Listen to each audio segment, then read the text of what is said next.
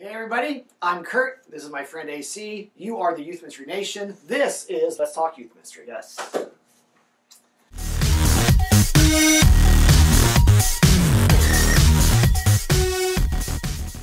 Yo. What's up, man? How are you? I'm great. How are you doing? Good. How was Easter? It was awesome. Good. Okay, let me test you. Yes. Let me test you. He is risen. Indeed. Close. Close. He is risen indeed. You're supposed to say he is risen indeed. That's right. You didn't grow up saying that in your church? No. No? He is It was risen. more like, he is risen. Indeed! Yeah. No, but like growing up, the pastor would say he is risen, and the congregation would say he is risen indeed. No. You know what? Actually, we called it Resurrection Sunday, so we didn't call it Easter Sunday. Church of God? It was actually non-denominational. Non-denominational. But we grew up out of Church of God in Christ. So Gotcha. It was a celebratory, he is risen, and so Indeed. No? No. Yeah. Okay. Well, good. So what do you do after that? You just go That was home? That was it? Well, no, that's just like the greeting. That's just kind of the. That's what you say to each other, like as you're walking through the halls of church. If you're really spiritual and really with it, Happy Easter. He is risen. He is risen indeed. Like, yes, he has. Yes. Preach it, brother. Yes. I'm with you. It's that kind of thing. All right. What are we talking about today? What's going on? Enough about that. First of all, I want to just pay attention to what. Okay, I walk into Kurt's office. As you do all the time. And he's plugging away at his office, and this is the soundtrack. Well, not this song, but well, yeah, this is today's country. You don't listen to country? You do that in my car, too. If Little we Girl switch Crush cars. by Little Big Town? You know Little Big Town? No? Thank you. How about James Otto? No? No. How about Tyler Farr? No? How about Stacey Farr? Is he related to Stacey Farr? No. You don't listen to country music at all, do you? I don't. Rascal Flatts is probably the closest. Yeah. That's just if I hear him. That's just the first name you came up with. Because they're kind of a crossover. True. I mean, they're popular. True. Taylor Swift, though. She's not even country anymore. She denounced her country roots. She's like, I'll have none of that. Garth Brooks. Yeah, nobody listens to Garth Brooks anymore. That's kind of like saying Elvis. But that's true. But yeah, that's good. All right. Although I think Garth Brooks is actually coming out with a new album, they say. I think. Or he already did? Maybe he already did. I don't know. I'm not a Garth Brooks fan. You know why? Because that was before my day. I'm new to country music. I'm only 2 years into country music. 3 years in. So Garth Brooks is way before my day. So we still have time to save you. To save me? Yeah, sure. All right, let's get into the show. So today, we are going to talk about, we dug into the email archives, lots of emails. Instead of going through them and reading them all, we pulled out a theme. Yes. And the theme is there's kind of a summer theme going on in some emails. And so we thought, well, hey, since summer is now around the corner, it makes sense that there's a summer theme in the emails. People are starting to think about summer. Yes. Specifically, 2 areas that we'll focus on today. Because there was emails on both of these, and I think they're kind of common things that people wonder about. One is how you do promotion. We'll talk about that in a minute. Mm-hmm. The other one is this one, and I'll let you tackle it first. This one is the one of modesty. It's an issue of modesty. How, you have the guys who, of course, gets to go around shirtless. Yeah. For the girls, they have to either wear one piece or a shirt or cover up, and that's always the debate between the two. Mm-hmm. And I know that there's some churches that has no policy whatsoever, and so they just want to know what we thought about it. Which direction do we lean in that area? Well, we would probably lean somewhat conservative. However, I don't think we necessarily have a strict policy. Modesty. I'll say this. I think the modesty conversation is always evolving. I actually think we've done some damage with super strict modesty policies that paint it all on, hey, girls, boys are super dirty-minded, so you better cover up that body of yours. And it's your fault if a boy looks at you wrong, so you better wear a super long T-shirt. I get the heart behind that. Yeah. But I think we've missed the opportunity as we're teaching girls about modesty. I think we've also missed the opportunity to teach boys how to not sexualize every girl that walks in front of them. Yeah. And we're almost reinforcing that when we say every girl has to completely cover up because they're such sexual beings that they're going to cause boys nothing but trouble. Having said that, I think modesty is a valuable thing to think about. So my thoughts on it, very quickly. Consistency would be my number one thought. Consistency. Whatever you're gonna do, be consistent. So when you put rules, when you make rules, you have to make those rules knowing, okay, now we need to enforce the rules and be consistent because it's not fair. Yeah. For example, girls, if you're going to wear this one is a classic one. If you're going to wear a bikini, you have to wear a t-shirt over it. That's a classic modesty. Yeah. Okay. But then we go, well, but this little junior high girl, her developmentally, she still looks like a pencil. Yeah. She doesn't have any curve. Yeah. She's barely going through puberty. Versus a 17-year-old senior in high school girl, that's who we're concerned about. Yeah. So we oftentimes will look the other way with the little 7th grade girl wearing a bikini because it's not. That's not what the boys are struggling with. But it's inconsistent. Right? It's all out for that It's girl. inconsistent. Yeah. And we look the other way for her, but we go all out with the girl who we think, and now we're punishing this girl because she's more developed than this girl. So consistency. Yeah. I think even consistency with, and I don't know how to do this, but context is weird. So you go to summer camp, and down at the swimming pool, a girl in a one piece, and one pieces aren't super conservative all the time. Right.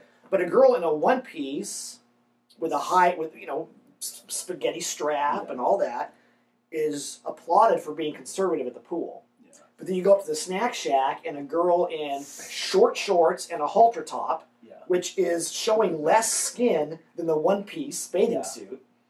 She gets told her shorts are too short. Yeah. Well, but what's the difference? Oh, well, you're in the snack shack. That's the difference. Yeah. And it's just it's a tough thing to... Yeah. I personally like the idea of sexuality and images, messages we're sending should always be a very natural part of our conversation with students. Mm-hmm. So let's not have a ton of modesty rules.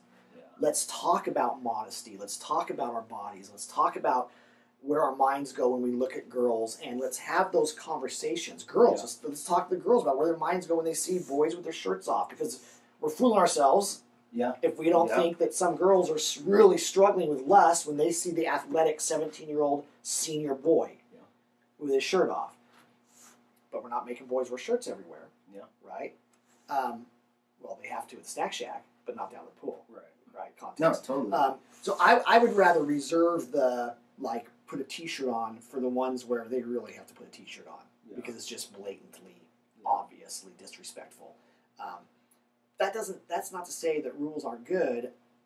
I just don't want to focus on the rules and enforcing the rules. I want to focus on helping teenagers openly kind of talk about stuff and navigate the process. Yeah.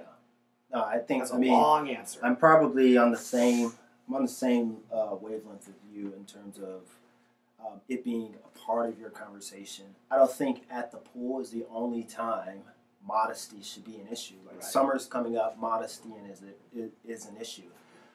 I think it's in a day and how we are. We should always be, as believers, we should always be ready to represent the gospel.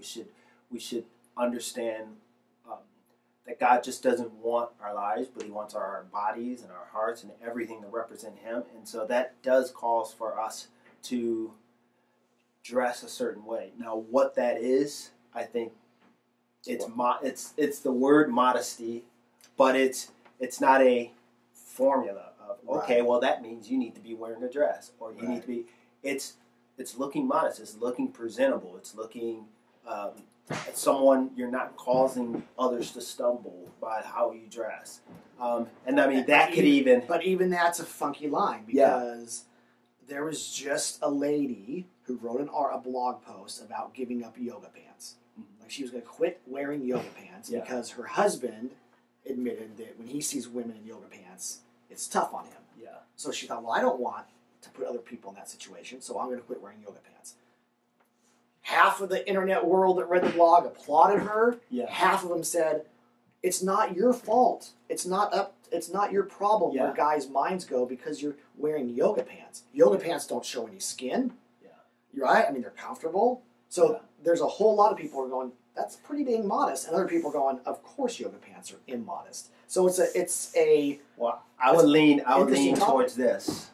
The second greatest commandment is to love others as yourself. Mm-hmm. And so in that, I know this is probably this is more of a culture deep. This is something that you probably need to work into the culture of your youth group. But if I am to love others as I am to love myself, then I think that's the modesty line. That's where I would say you are responsible for your brothers and sisters in Christ. You are responsible for others to want to see Christ. And if that means you giving up something, so be it. If that means you giving up something, so be it. Especially if it's a conviction of yours. Right. If this woman felt convicted about it and she decided, hey, I'm going to give this up, I would say do it. For sure, do it. But along the lines, think in that framework of loving others as yourself. What does that mean about the way that you dress? What does that mean about the way you carry yourself? So if 3 women from Saddleback Mm-hmm. came up and said to you, or they said to Sandra, man, when I see guys in baseball hats, woo! When I see guys in baseball hats, my mind goes places it probably shouldn't go. Right. Therefore, it's on you to quit wearing baseball hats. I'm just playing. No, that's I mean, I would say It's just fashion. They show up it's in just straight comfortable. It's jackets. just fashion. Or, what I think, again, I think it's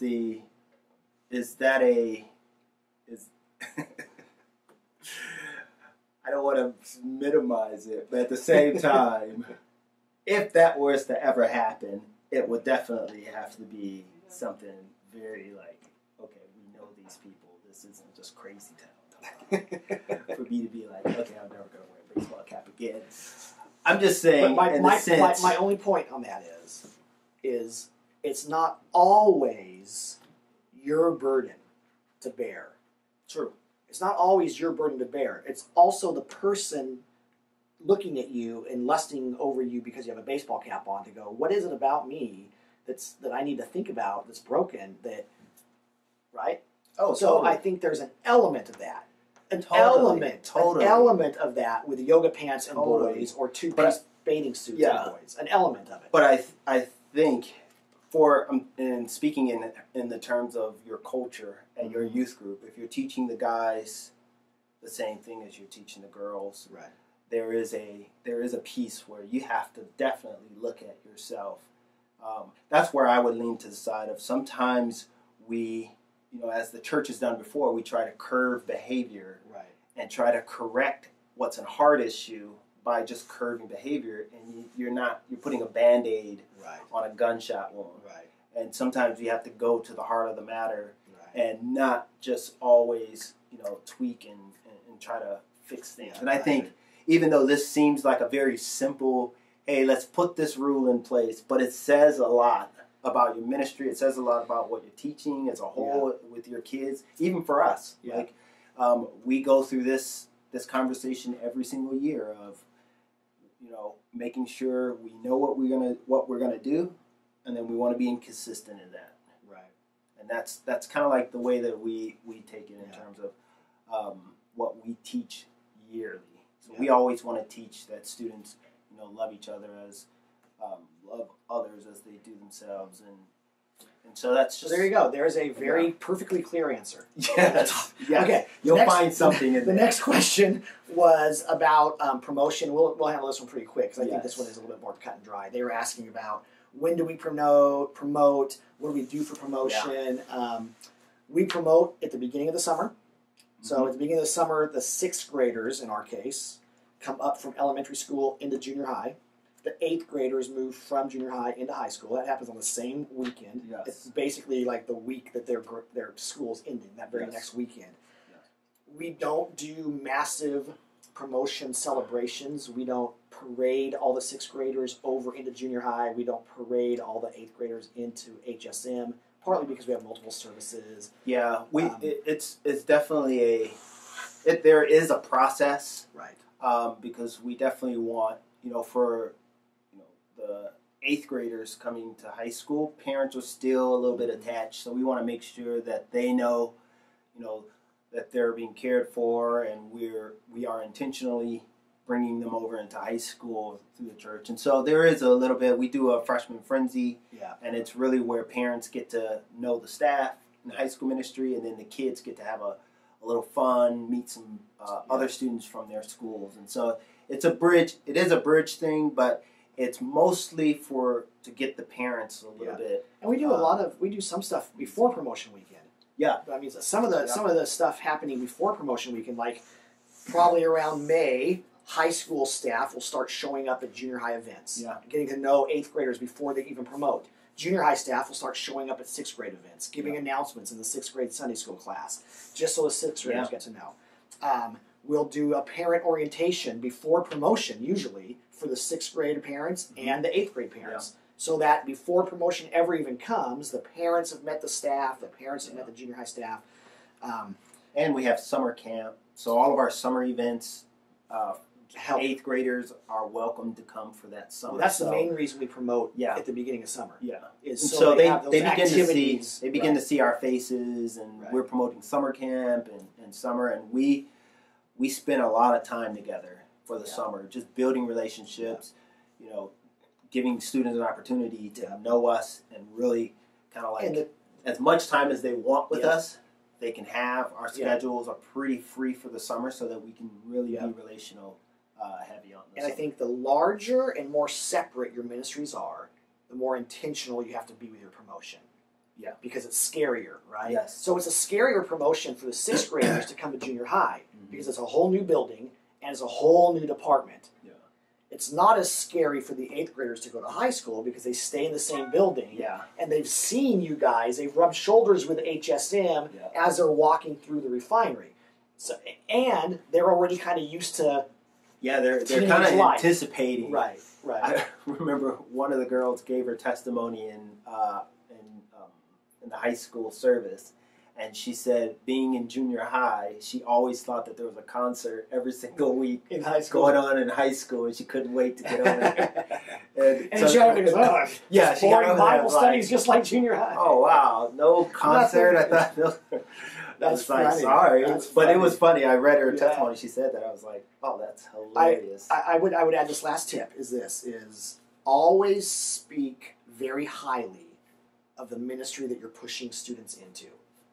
Yeah. So 8th graders will say to Katie and the Wild Side team, oh, we don't want to go to HSM. It's not going to be as fun. It's not going to be, we're going to miss. And they always say, hey, you're always welcome to come visit. Yeah. But man, you're going to love high school ministry. Yeah. Trust me, in a couple of weeks, you're going to forget we ever even existed. Like junior high always speaks highly of HSM. Right. Kids ministry always speaks highly of junior high, so that students are looking forward. We want our 8th graders right about now. Yeah. We want our 8th graders going, I'm tired of Wild Side. I can't wait to get to high school. Yeah. Now, insecure, if we were insecure, we'd say we hope they hate high school. Right? Yeah. We insecure. Hope they remember what we've done and how much we've poured into them. Our children, you know what our children's ministry gives their graduating 6th graders? What? Junior high paraphernalia. Oh, wow. They give them Wild Side hats or Wild Side backpacks. Oh, that's cool. As a gift, like we're so excited that you finally get to go up into junior high. Yeah. It's awesome. Yeah. Anyway, that's cool. There we go. That's a lot. That's cool. Probably too long. No, we'll just cut out a little bit of the country music stuff. No. That's untouchable. We have to keep it in. Okay. Sure, you want me to play us out? No. What do we got? Is that like a wrecking ball? I've never heard. This is Eric Church. Oh, wow. All right, we still have a show going on. No, you're fading to black. Guys, if you can subscribe on the show, just hit this button right here. If you have a question or a topic idea, you can email us at talkyouthministry@gmail.com. Where you going? This is AC. This is Kurt. Peace out. We'll see you guys next week.